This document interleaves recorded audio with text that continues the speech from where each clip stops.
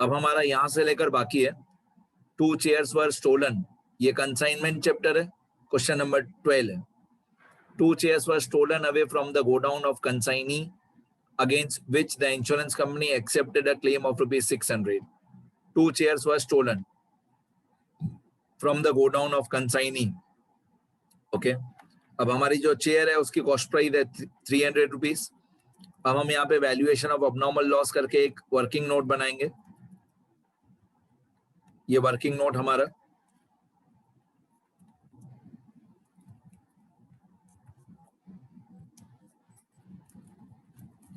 Working note में heading लिखेंगे हम लोग कैलकुलेशन या valuation of abnormal loss. Calculation या वैल्यूएशन ऑफ अबनॉर्मल लॉस, सबसे पहले कॉस्ट ऑफ 2 चेयर्स थेफ्ट या स्टोलन, 2 चेयर्स। तो 2 चेयर्स जो है उसका एक चेयर का कॉस्ट प्राइस है 300 रुपए। एक चेयर का कॉस्ट प्राइस है 300 रुपए, तो 2 चेयर्स 300 रुपए की एक, तो हमारा कॉस्ट प्राइस आएगा 600। इसको मैं बोलता हूं अमाउंट नंबर 1। अभी amount number 2,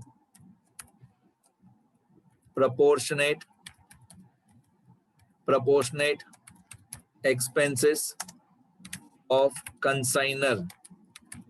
proportionate expense of consignor, तो पहले मैं यहाँ पे लिखूंगा कि कंसाइनर ने कितनी चेयर्स पे कितना एक्सपेंस पे किया था। कंसाइनर ने कितनी चेयर्स पे कितना एक्सपेंस पे किया था, उसके लिए फिर से कंसाइनमेंट अकाउंट देखना पड़ेगा। तो कंसाइनर ने ये खर्चा पे किया था 100 चेयर्स पे 1500, यहाँ पे लिखा हुआ है ना टू कैश मतलब कंसाइनर का खर्चा।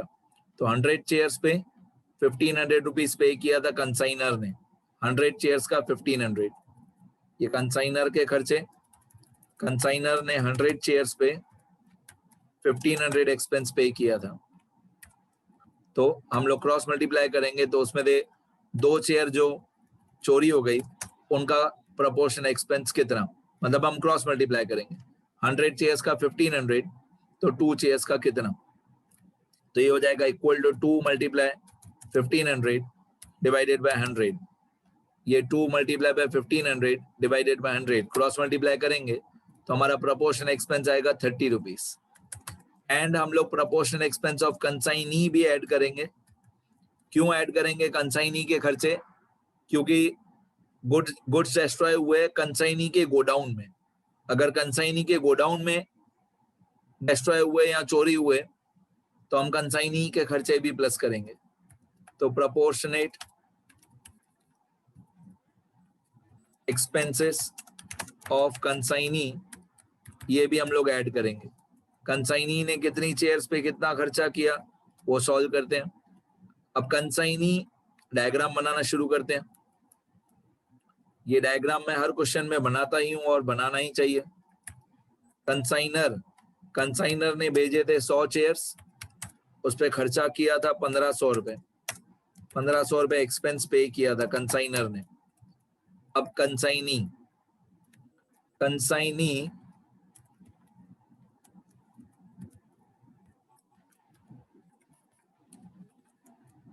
के पास 100 चेयर की 100 चेयर सारी की सारी पहुंच गई, क्योंकि रास्ते में कोई भी चेयर डिस्ट्रॉय नहीं हुई। इन ट्रांजिट कोई भी चेयर इन ट्रांजिट डिस्ट्रॉय नहीं हुई है। तो कंसाइनी के पास 100 चेयर की 100 चेयर सारी पहुंच गई। अब कंसाइनी ने कितने खर्चे किए वो भी कंसाइनमेंट अकाउंट में देख लेते हैं। तो कंसाइनी ने कितने खर्चे किए, तो कंसाइनी का ये 1000 हमारे काम का है, ये 2250 भी काम का है, 250 भी काम का है। ये एडवर्टाइजमेंट काम का नहीं है, मतलब एडवर्टाइजमेंट की एंट्री होगी लेकिन अबनॉर्मल लॉस में ये एडवर्टाइजमेंट काम नहीं आएगा। तो कंसाइनी के खर्चे में एक 1000, एक 2250 और एक 250। अब इन तीनों को ऐड करोगे तो 3500 आएगा। इन तीनों का टोटल आएगा 3500। ये कंसाइनी के खर्चे। मैं बार बार बोलता हूं एंट्री सारे एक्सपेंस की करनी है चारों की, लेकिन अबनॉर्मल लॉस निकालते नहीं। ट्रेडिंग अकाउंट वाले सारे octroi wages carriage, octroi carriage wages trading account वाले सारे, और पीएनएल में दे एक इंश्योरेंस प्रीमियम। तो इन तीनों को मिला के 3500 होता है। ये 3500 कंसाइनी के खर्चे हैं, 3500। तो मैं यहाँ पे लिखूंगा एक्सपेंस ऑफ कंसाइनी, यहाँ पे ऊपर भी लिख देता हूँ 3500 रुपीज एक्सपेंस, 3500। तो कंसाइनी ने 100 चेयर्स पे 3500 खर्चा पे किया, तो उसमें से जो 2 डिस्ट्रॉय हो गई, चोरी हो गई, उनका प्रोपोर्शनल एक्सपेंस कितना, तो equal to 2 multiply by 3500 divide by 100। Cross multiply करेंगे कि 100 का 3500 तो 2 का कितना, तो ये आएगा 70 रुपीज। ये 70 रुपीज है प्रोपोर्शनल एक्सपेंस ऑफ कंसाइनी। बस अभी हम इन तीनों को ऐड कर देंगे, तो 600 और 30 और 70, तो इन तीनों का टोटल आता है 700। इन तीनों का टोटल आया 700।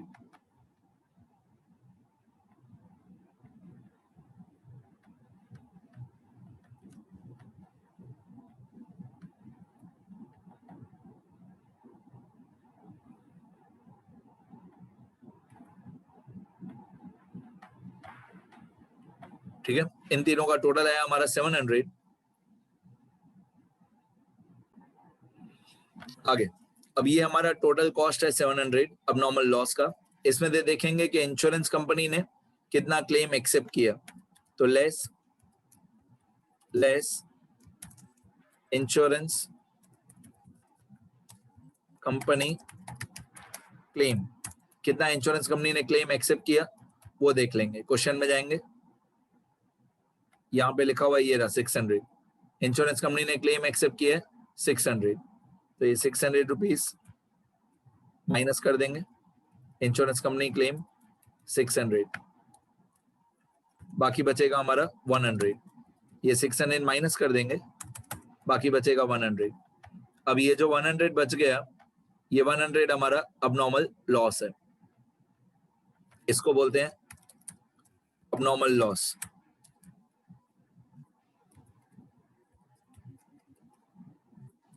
ठीक है, अब ये दोनों अमाउंट 600 और 100, ये दोनों अमाउंट कंसाइनमेंट अकाउंट में क्रेडिट होती है, इंश्योरेंस कंपनी क्लेम भी और अबनॉर्मल लॉस भी, 600 और 100। अब मैं कंसाइनमेंट अकाउंट में जाऊंगा। हमने देखा होगा 3-4 एग्जांपल में कि हर क्वेश्चन में एंट्री करने का तरीका सेम ही होता है, सिर्फ कैलकुलेशन चेंज हो रही है। तो 600 इंश्योरेंस कंपनी क्लेम और 100 अबनॉर्मल लॉस। तो यहाँ पे बाय इंश्योरेंस कंपनी क्लेम और 100 में by profit and loss account और ब्रैकेट में अबनॉर्मल लॉस। 600 100 दोनों क्रेडिट हो जाएंगे। लॉजिक में 2-3 बार पहले बता चुका हूं कि ये क्रेडिट क्यों होते हैं।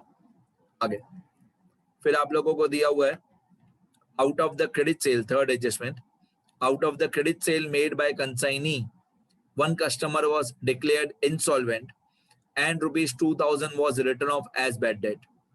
ये बैड डेट की एंट्री हम लोग मतलब कंसाइनर नहीं करेंगे। क्यों नहीं करेंगे? क्योंकि हम लोगों ने डेल क्रेडर कमीशन दिया है कंसाइनी को। ये डेल क्रेडर कमीशन हमने कंसाइनी को दिया है, तो बैड डेट्स की एंट्री हम लोग नहीं करेंगे। डन। और कुछ बाकी है कमीशन वगैरह? नहीं, कुछ भी बाकी नहीं है, बस सिर्फ अभी इस क्वेश्चन को बैलेंस करना है। तीनों एडजस्टमेंट हो गई हमारी, ये 7700 भी हो गया था, ये 20,000 भी हो गया था। डन, एवरीथिंग, सब कुछ हो गया। सिर्फ क्वेश्चन में ये 2 स्टेटमेंट दी थी बच्चों को डराने के लिए, बट कुछ डरने जैसा है नहीं। अब इसको सिर्फ बैलेंसिंग करनी है। तो एक कंसाइनमेंट अकाउंट का total equal to sum from, ये पहली अमाउंट से लेकर सारी अमाउंट्स का टोटल। तो ये टोटल आता है हमारा 38,200 क्रेडिट साइड। अब ये क्रेडिट साइड का टोटल है 38,200। अब ये 38,200 क्रेडिट का टोटल है। अब डेबिट का टोटल है 41,750। अब जितने भी क्वेश्चन हम लोगों ने किए उसमें से पहला ये क्वेश्चन है जिसमें डेबिट का टोटल बढ़ा है। कोई बात नहीं, अगर डेबिट का टोटल बढ़ा है तो डिफरेंस क्रेडिट साइड पे आएगा। अगर डेबिट का टोटल बढ़ा है तो डिफरेंस क्रेडिट साइड पे आएगा। तो मैं लिखूंगा 41750 माइनस 38200। डेबिट साइड पे 41750, क्रेडिट साइड पे 38200, तो डिफरेंस 3550, ये हमारा लॉस हुआ। तो इसको लिखेंगे by profit and loss account, और ब्रैकेट में लॉस बोल सकते हैं या नेट लॉस बोल सकते हैं। लॉस 3550, ये हमारा लॉस हुआ। बस ये कहीं पे ट्रांसफर नहीं करना है, इसको यहाँ पे लिख के छोड़ दो। फिर कंसाइनी अकाउंट, कंसाइनी अकाउंट तो हमारा पहले से ही टैली हो गया था, ये 7700 क्वेश्चन में भी दिया हुआ था, और हम डिफरेंस निकालेंगे डेबिट माइनस क्रेडिट तो भी 7700 ही आएगा। और ये जो गुड्स एंड नॉन कंसाइनमेंट है ये भी हमारा पहले से ही टैली हो गया था। अच्छी बात क्या है कि किसी भी अकाउंट का बैलेंस दूसरे किसी अकाउंट में ट्रांसफर नहीं करना है, बस खाली लिख के छोड़ देना। ठीक है, अब आप लोग, अच्छा एक चीज हमारी गलती हो गई, बहुत बड़ी गलती हो गई, मेरी गलती है, बहुत बड़ी गलती है। क्लोथिंग स्टॉक में फाइंड आउट करना ही भूल गया। यहाँ पे क्लोथिंग स्टॉक आएगा, ये हमारा नेट प्रॉफिट या नेट लॉस गलत हो गया। कोई बात नहीं, मैं ये मिटा देता हूँ, डिलीट कर देता हूँ। मैं पहले क्लोथिंग स्टॉक, देखो क्वेश्चन में कभी कहीं पे नामो निशानी नहीं है कि क्लोथिंग स्टॉक फाइंड करो, बट मैं जल्दी में भूल गया। क्लोथिंग स्टॉक फाइंड करना पड़ेगा हमको खुद ही, क्वेश्चन में कभी नहीं लिखा होगा।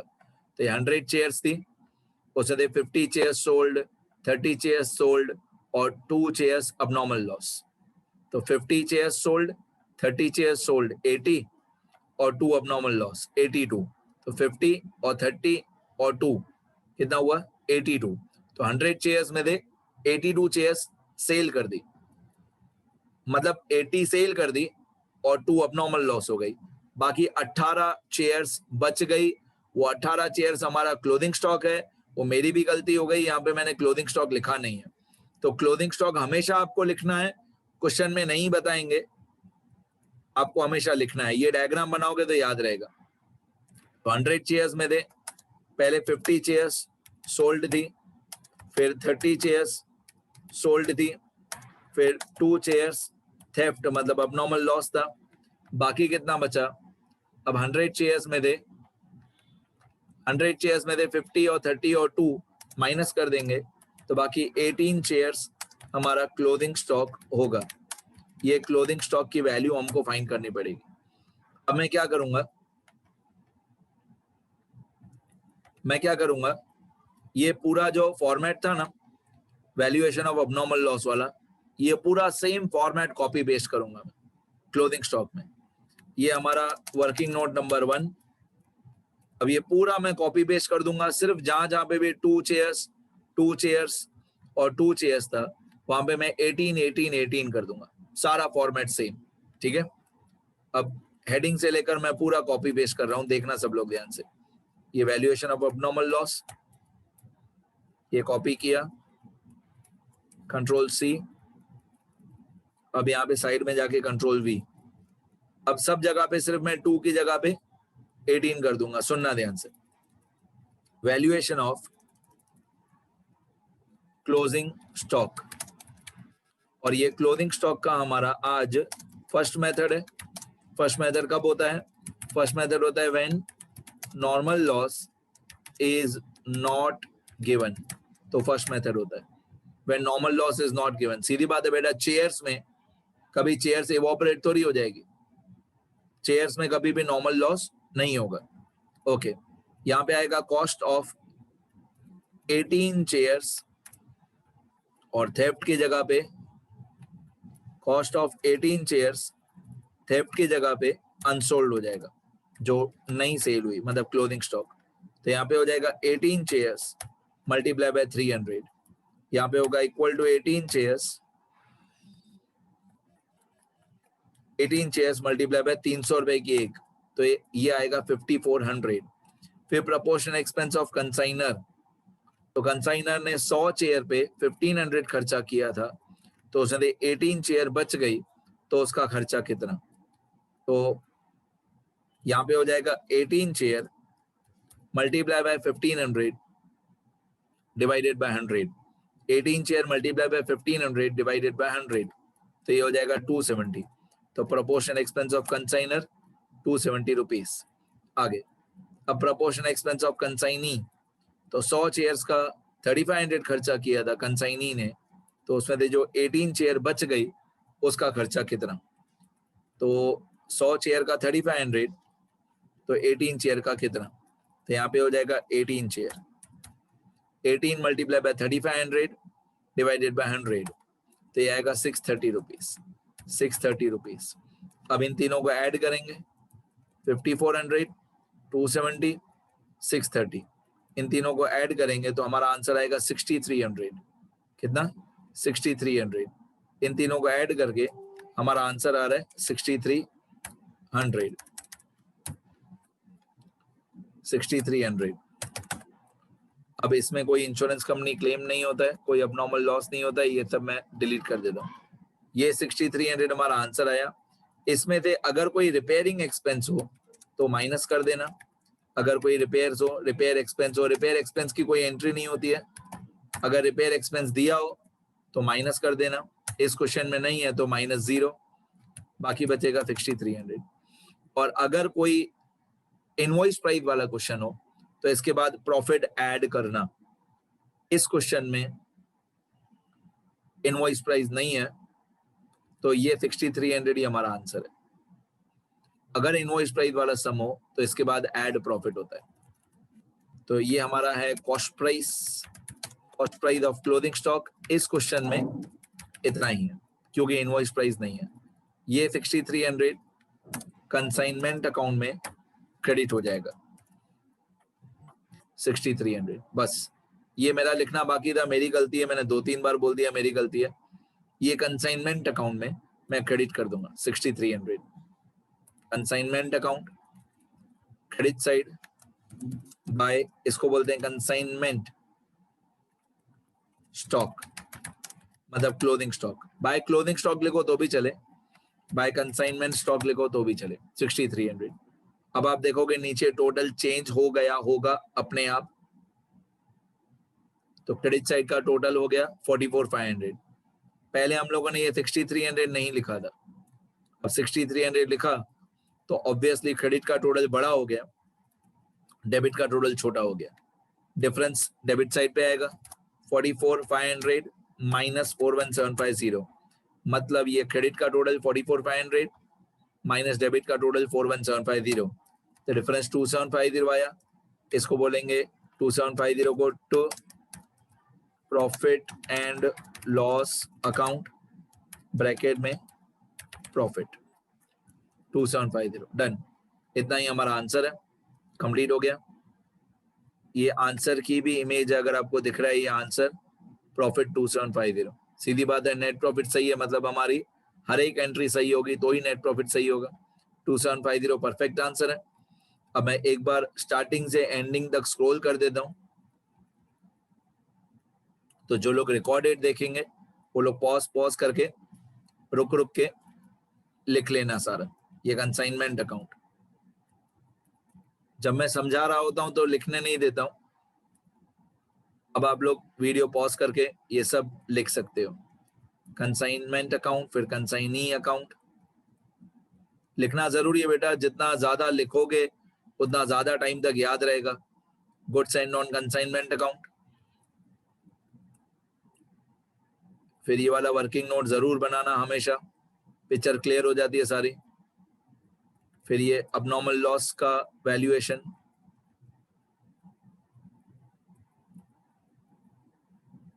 फिर ये क्लोथिंग स्टॉक की वैल्यूएशन।